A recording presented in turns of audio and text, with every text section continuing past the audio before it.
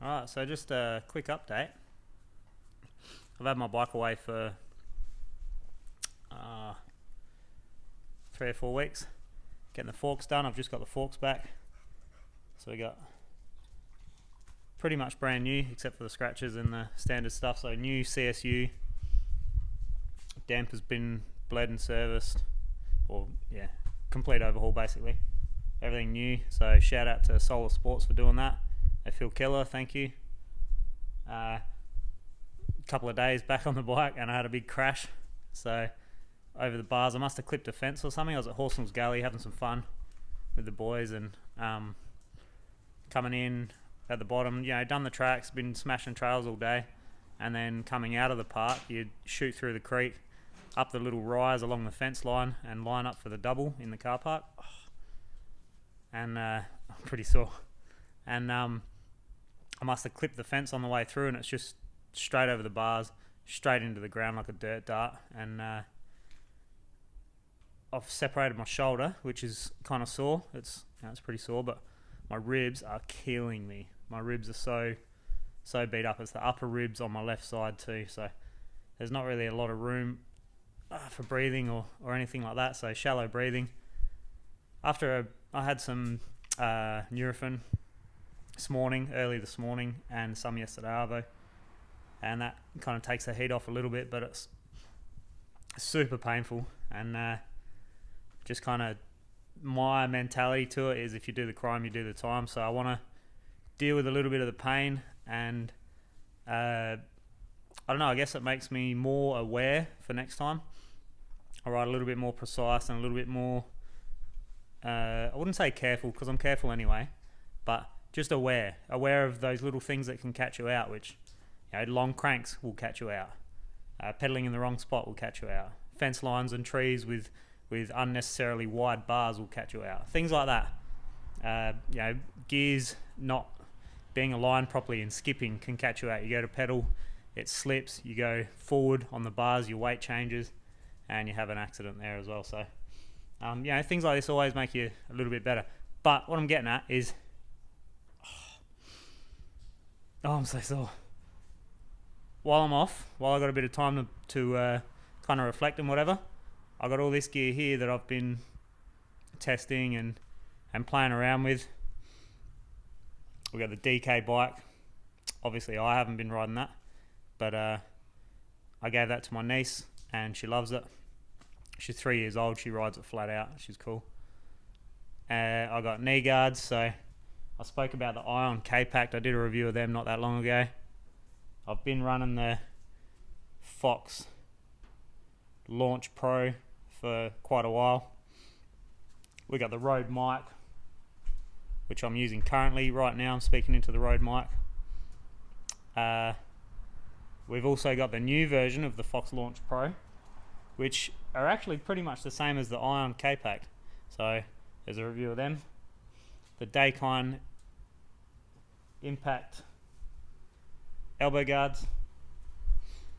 Heap of PD's gear, which is wicked. The Stans rim tape. PD's competing with Stans, or I wouldn't say they're competing. They're just putting out a product that's as good and giving people more options, I guess. So support Stans, or you support someone you've looked up to for me anyway, since I started riding. So PD's been a legend from day one, and especially since I met him at the 2009 World Champs. So he's a legend.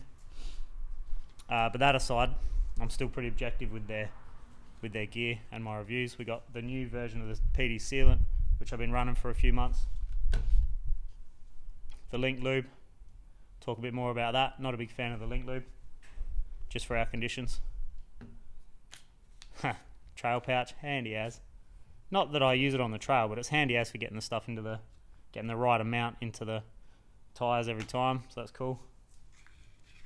Tubeless valves, I've already done a review on, they're killer. I've got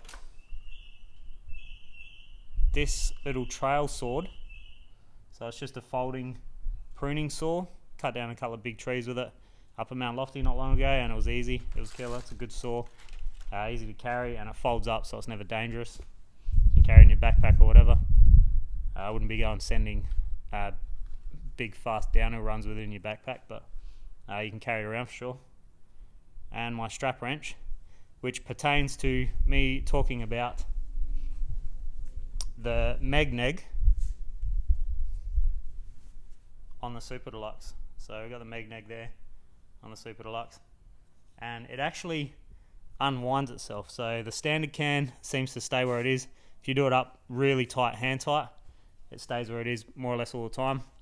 But the Megneg air can, so I'm not just talking about the bottom bit, I'm talking about the entire can, tends to unwind itself all the time.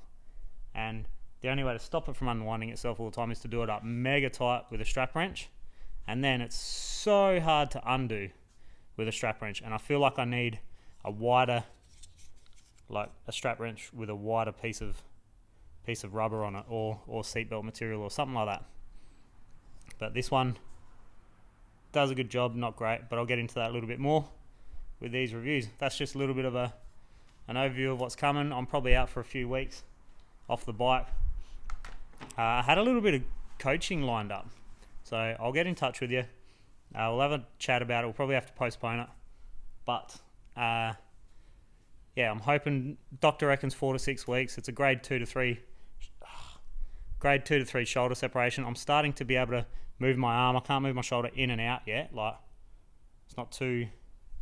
It's okay, but it's not great. I'm moving it constantly. I'm trying to move it constantly, trying to get rid of the inflammation with everything I can, and eating good food and doing what I can anyway. But hopefully within 3 weeks we're back on the bike, we're back testing stuff.